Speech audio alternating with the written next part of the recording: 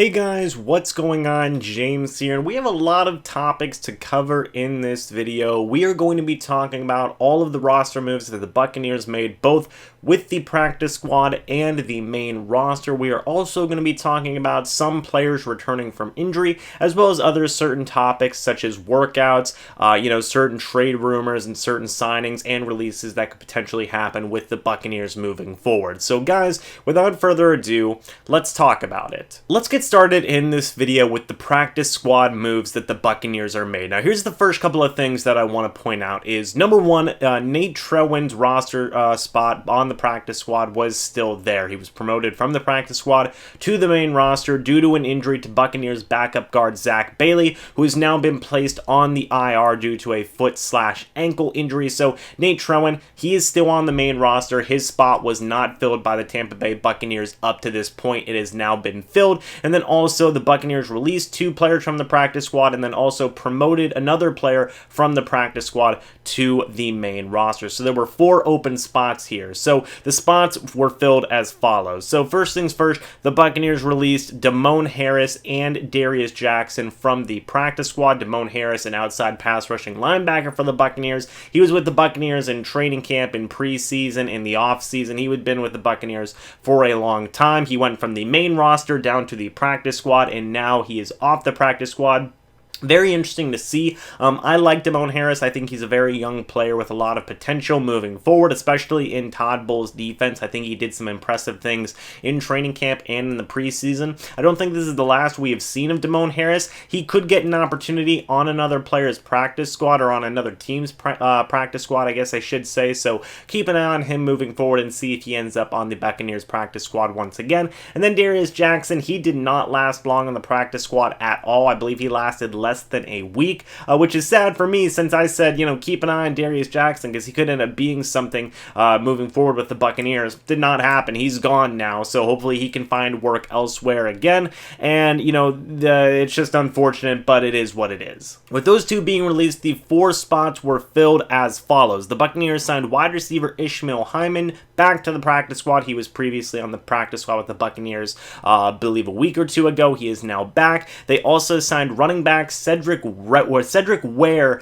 to the Buccaneers practice squad. They also signed offensive lineman Anthony Fabiano to the Buccaneers practice squad, which leads me to believe that Nate Trewin, he is probably going to be a mainstay on the main roster now moving forward, considering that they have brought somebody else now to be on the Buccaneers practice squad in terms of offensive linemen. And then finally, the last guy is outside pass rushing linebacker Kazin Daniels, who a lot of people were a fan of in training camp and in preseason. He had that really tragic story of him being blind in one eye due to an accident that he suffered as a young child with a chain link fence. He has now been brought back to the Buccaneers practice squad, which is very cool to see. Hopefully he can develop a little bit as a pass rusher, work in Todd Bowles' system, and get an opportunity here next year. I expect him to sign some type of futures deal or at least stay on the practice squad for a little bit, and I think he has a pretty decent chance to do something. If not this year, maybe he gets called up on the main roster at some point, but I definitely think he'll be back next year competing for a roster spot. Now we can start talking about the main roster moves that were made. The first 2 moves that I want to talk about is the release of Bobo Wilson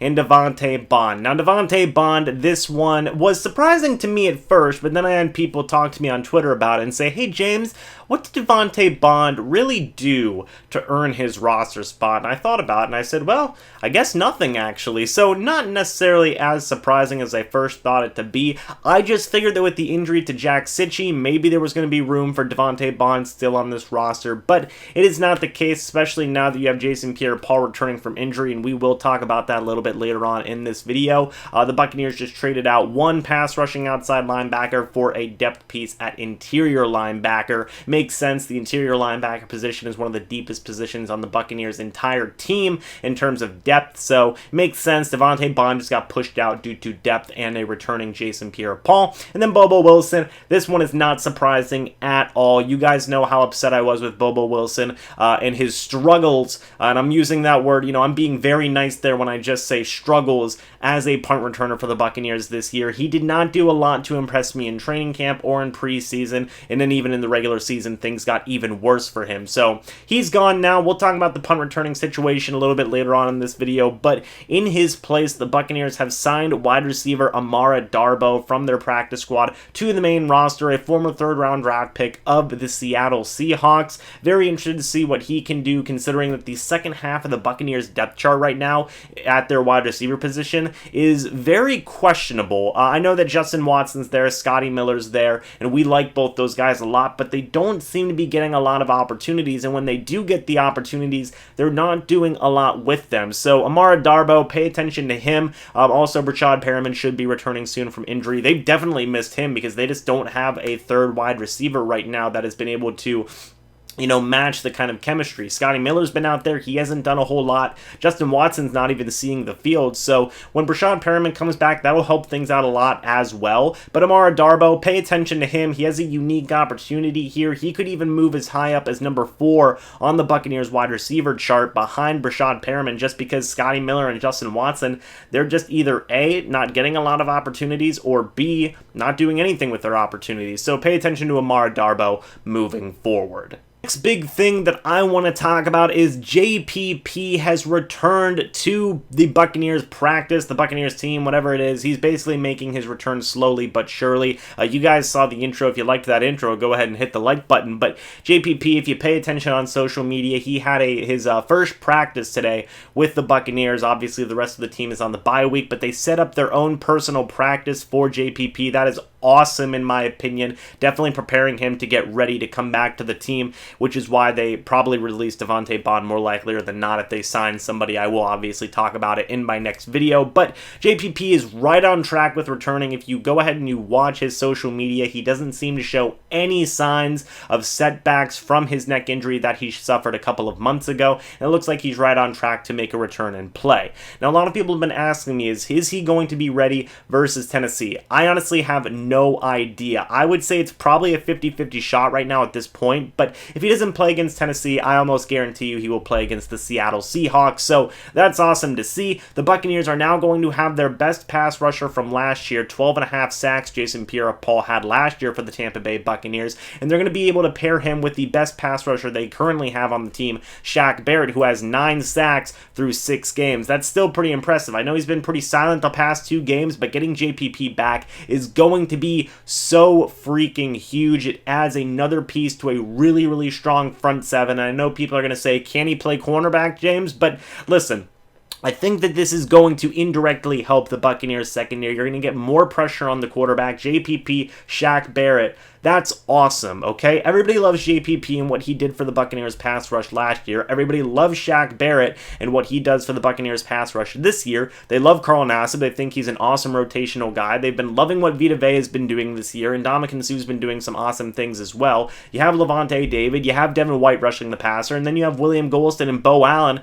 who in my opinion have been very, very solid, underrated rotational players for the Buccaneers defense this year. So you have a really awesome front 7 right now. You're getting another amazing piece with JPP, who's going to just add so much layers, I guess I should say, to that pass rush. Him and Shaq Barrett, like, just think about that, guys. It's going to look awesome, and it should be a really fun time. So pay attention to this, JPP coming back from his neck injury, and let's see how he does. I'm very, very optimistic about how he is going to do. Now we can start talking about certain situations that have been going on with the Buccaneers the past couple of days, and speculation and talk amongst Buccaneers fans. The first thing I want to talk about is a new punt returner is now going to be needed moving forward. And they asked Bruce Arians about this in one of his press conferences, and he gave 4 names about players who could potentially be punt returners. And the 4 names were Vernon Hargreaves, Scotty Miller, Brashad Perriman, and TJ Logan. Now, I will say that TJ Logan, that one makes sense. Scotty Miller and Brashad Perriman, those ones, Yeah, makes sense. I probably wouldn't use Brashad Perriman as a punt returner, me personally. Keep in mind, I'm not an expert or a coach under any circumstances, but I will say, that could be interesting. He has a lot of speed and a lot of size. That could be very beneficial. The most interesting one to me is Vernon Hargreaves. Why would you want your number one cornerback returning punts? Now, this is not, unusual for Bruce Arians. He did it with Patrick Peterson, and Patrick Peterson was a phenomenal punt returner, so it makes sense that he may want to try Vernon Hargreaves there, but it's interesting. I'm not going to say that it's going to lead to Vernon Hargreaves losing playing time, but, I don't know if me personally, I would want my number one cornerback out there being a punt returner as well. It could risk injury if he gets tackled the wrong way, and then you'd be down your number one corner. So, could this be a little bit of not a hint, I guess I should say, but could it be a little something that might lead to Vernon Hargreaves losing playing time at the cornerback position after the bye week? Pay attention to that. But me personally, I think it's going to end up being either Scotty Miller or TJ Logan. It should have been TJ Logan right away, honestly, considering that's one of the main reasons we have him on the roster right now, is that he is a pure returner. We have not seen him take a single carry yet or a single snap at running back for the Buccaneers yet.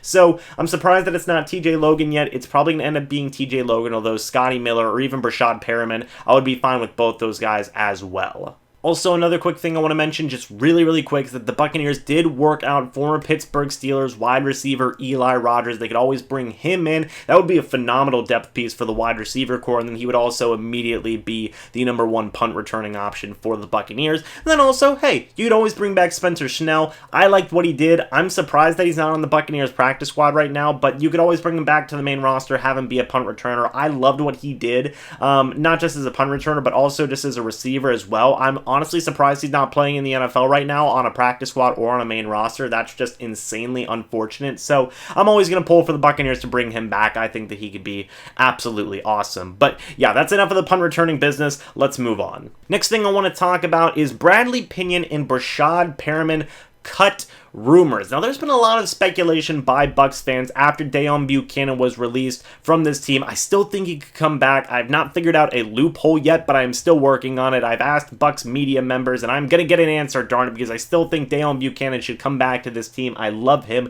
and I love what he brings to this team, even as a rotational type of player. But after that release was made and the Buccaneers gained that third-round composition pick, although technically they won't gain it until a month before the draft, or even a couple of weeks before the draft, I believe. There's now been speculation as to should the Buccaneers cut punter Bradley Pinion or wide receiver Brashad Perriman and gain a fourth-round composition pick. And, I see the allure and I see the enticement of releasing one of those players and getting a draft pick. A fourth-round draft pick is a big deal, and you can get a nice player with that. But it doesn't make a lot of sense right now because you still need a punter, especially a guy that you just signed to a 4-year, $16 million deal. I know he's been struggling a little bit, but I will say that things have gotten so much better in terms of the Buccaneers punting units since Ryan Smith came back. He is, in my opinion, one of the top 5 special teams players in the entire NFL. Ryan Smith is.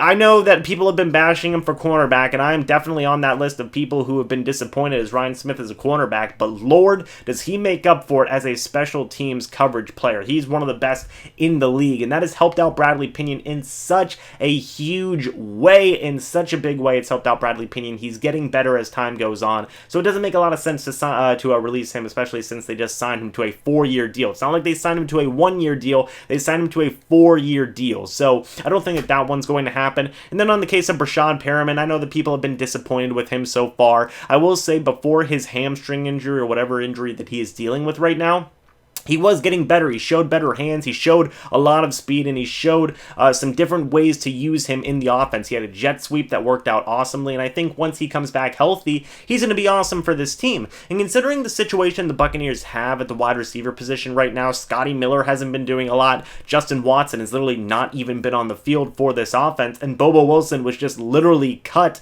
I think the Buccaneers need Brashad Perriman as a backup wide receiver. Even as the slot wide receiver, I still think he's going to come back and be the starting slot wide receiver.